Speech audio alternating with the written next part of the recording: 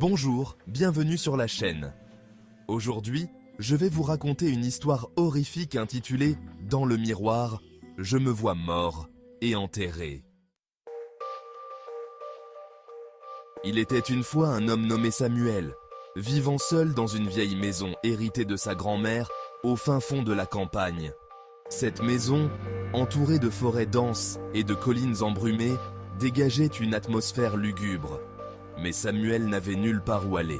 Et malgré l'inquiétante sensation que quelque chose ne tournait pas rond, il s'y installa. Un soir d'hiver, alors qu'un orage éclatait, Samuel décida de nettoyer le grenier. Il y découvrit un grand miroir couvert d'un drap poussiéreux. Intrigué, il tira le tissu, révélant un miroir ancien, à la surface légèrement ternie, mais encore en bon état. Il remarqua immédiatement quelque chose d'étrange. Le reflet ne semblait pas tout à fait correspondre à son environnement. Derrière lui, dans le miroir, l'arrière-plan semblait plus sombre, comme s'il regardait dans une autre dimension.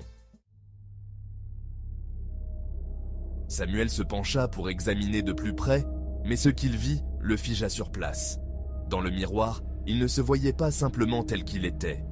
À la place, il se vit étendu dans une fosse, entouré de terre fraîchement retournée. Il portait les mêmes vêtements que ceux qu'il portait à cet instant, et son visage, livide, fixait un ciel noir d'un regard vide. Terrorisé, Samuel recula, mais son reflet resta figé, continuant de le fixer depuis sa tombe. Son propre visage, dans le miroir, se décomposait lentement, la peau se desséchait, les yeux s'enfoncèrent dans leurs orbites, et une expression de terreur se dessinait sur son visage mort. Il tenta de détourner le regard, mais une force irrésistible le maintenait captivé. Puis, soudain, il sentit le sol sous ses pieds s'affaisser. Samuel tenta de se débattre, mais c'était comme si une main invisible le tirait vers le bas, le sol se transformant en une boue froide et visqueuse. Il tenta de crier, mais aucun son ne sortit de sa bouche. Ses pieds s'enfoncèrent d'abord, puis ses jambes, tandis que son propre reflet continuait de le fixer avec des yeux vides.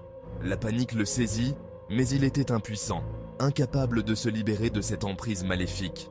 La boue le recouvrit jusqu'à la taille, puis jusqu'à la poitrine, jusqu'à ce qu'enfin, seul son visage resta visible. Dans un dernier effort désespéré, Samuel parvint à briser le contact visuel avec le miroir, fermant les yeux avec force. Lorsqu'il les rouvrit, il se trouvait dans son salon, debout devant le feu de cheminée. Le miroir était à sa place, intact, sans aucune trace de la vision macabre qu'il venait d'avoir. Essoufflé, Samuel se demanda s'il n'avait pas rêvé. Mais en se regardant à nouveau dans le miroir, il vit quelque chose d'encore plus terrifiant. De la terre sous ses ongles, des traces sombres sur ses vêtements, comme s'il venait réellement de se battre pour sortir de cette tombe.